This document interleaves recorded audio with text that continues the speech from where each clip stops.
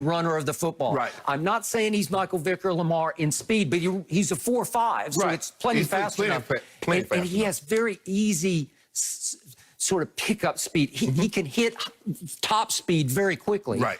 He's got a bigger arm than Mac Jones. He's a much bigger man than Mac Jones. Yes. He's much stronger in the pocket than Mac Jones. And in the end, Belichick sat at 15, and I'll give him props for that because he didn't spend anything to go up for Justin Fields, as there are many runaway reports about. But he took, to me, the poor man's Tom Brady. And I underline poor man's because right now, Bill Belichick is a poor man when it comes to his roster. Last week, Pro Football Focus ranked their roster 20th. Well, it's in large part because he's been such a terrible drafter of talent that it has gone down, down, down until the cupboard got bare and they spent in free agency and tried to beef up what was left of their roster. And he did some nice things with the roster. He overspent for everybody, but they were desperate. And now they're desperate to have the next Tom Brady.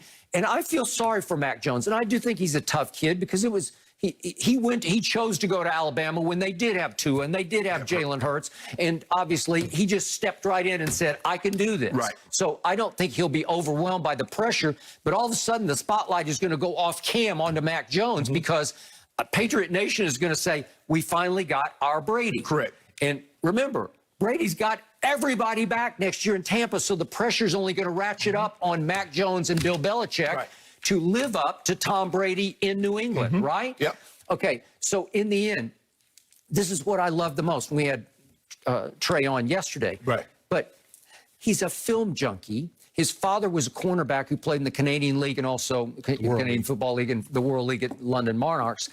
And he taught him well, and he instilled in him an extremely strong work ethic. But this kid has the highest football IQ of any of these 5 quarterbacks.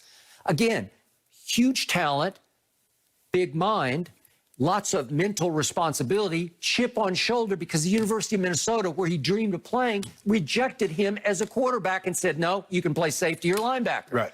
Okay, so now he goes to North Dakota State with the biggest chip on his shoulder of any of the 5 quarterbacks. And his number one priority is breaking down tape of NFL games and ball security.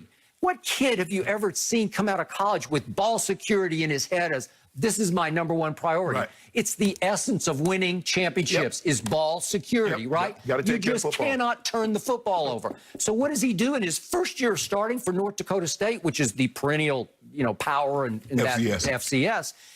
He goes 28 touchdowns to 0 interceptions, and they go 16-0 and win the national championship. You can't underestimate that, even though it's lower class competition. I get all that. But even that lower class competition, Skip, the thing that you look for when you see a guy at that level and he's playing lower competition, does he dominate? Not is he just getting by, does he dominate? He dominated, as you mentioned, the 28 touchdowns, the 1,100 yards rushing, the undefeated season, the national, because that's a lot of, Skip, when you go there, they're the Alabama of the FCS. They are. That's correct. That's what they are. They're the Alabama of the FCS. And so he was filling in for a guy that just went number 2 overall in Carson Wentz. You don't think there was some pressure in 2019? Yeah. Yes. Yes. I agree. Yes. So in the end, I believe Mac Jones will be only as good as the talent around him. Right. And he had obviously great talent around him because they had the second most first-round picks last night of anybody in the history of the draft. Yeah, they tied with the Canes in 2004-06. Right? Okay. And they could have had more, actually. Barmore slipped into the I was surprised. I actually thought Tampa might take him with 32. I did, too. Didn't. That's what I was thinking. Took that kid Tryon, who opted out at Washington last year, but he can rush the passer. So the point is, I've read this to you before once, and I'm going to do it again, but Lance Zierlein I have highest respect for because he breaks down these draft profiles for NFL.com, and he wrote about Mac Jones. While the production looks great, he has clearly benefited from the wealth of riches up front, in the backfield, and at wide receiver. Well, I think we all agree with that. Right. He has a tendency to play with some panic when pressure gets after him, and he could struggle when things aren't optimal around him. Jones has good backup to low-end starter potential. Well, that's how I saw him. He was sensational last year because he was surrounded by sensational. So, again, when Trey Lance grows up he will be able to lead and lift a team to the highest level. I believe that Mac Jones will never be more than a product of what you put around him. And he will get the most out of what you put around him. But when you go up a level to pro football, he's going to have a harder time. But that's what you do with young quarterbacks, Skip. What do? What did they do with Dak? They went and got him Amari Cooper. They gave him C.D. Lamb. They gave him Micah Gallup. What you do with young quarterbacks is that you surround them with talent. You see what they try to do with golf. You see what they try to do. That's what they're doing. What they're doing now, Skip, is that it's just not... Only Tom Brady, for the longest time, could do more with less. And even Tom, as he started to age, what did he say? Even I can't do anything with this. Let me get my butt down to Tampa. Get with Mike Evans. Get with Chris Godwin, Cameron Brate. The truth is, that's all you need to know about what happened to Belichick. And again, his reputation as a drafter is pretty pathetic. No, he's not that good at that. Okay. Let's his be all the way owner, a couple of weeks ago, called him out and said, the only reason we spent like we spent in free agency is because we have drafted poorly. He said that. So there was some hot seat going on under Belichick last night. Then he made some smug comment after the draft about, I miss those mock drafts, you know, like I didn't pay any attention to them. Well, maybe he should have paid some attention to the mock drafts, right? So was I surprised that Mac Jones fell to 15? Not at all, because if it hadn't been reported that the Shanahans were interested in him at 3, I don't think anybody would have supposed that anybody would be interested until Belichick or maybe the Bears. Well, we knew that we had a strong suspicion, Skip, that if it didn't go to Kyle at 3, he was going to probably be there for Coach Belichick at 15. Because nobody, no one else seemed to was in the market for a quarterback. Now the Bears, I think the Bears surprised some people moving up from 20 to 11 to get Justin Fields. So, but I don't think anybody thought all those guys basically 4 to 15, 4 to 14, somebody in that range was going to get a quarterback. So Coach Belichick's like, And once he didn't go at 3, Coach Belichick says, I'm not moving. He's gonna be there. He's gonna be right there when we pick.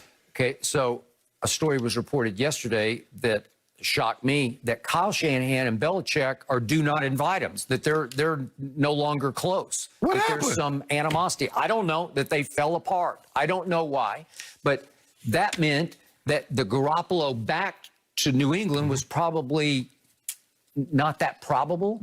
And so here we went with Belichick. Well, if it's not Garoppolo, I think he just got stuck like, well, I got to do this. And who is his best friend in coaching? It's Nick Saban. Right? So you don't think Nick Saban whispered sweet nothings about Mac Jones? Absolutely. Yes. And Skip, who's taking more, like I said, he's taking more Alabama players in the common draft, than anybody, that connection.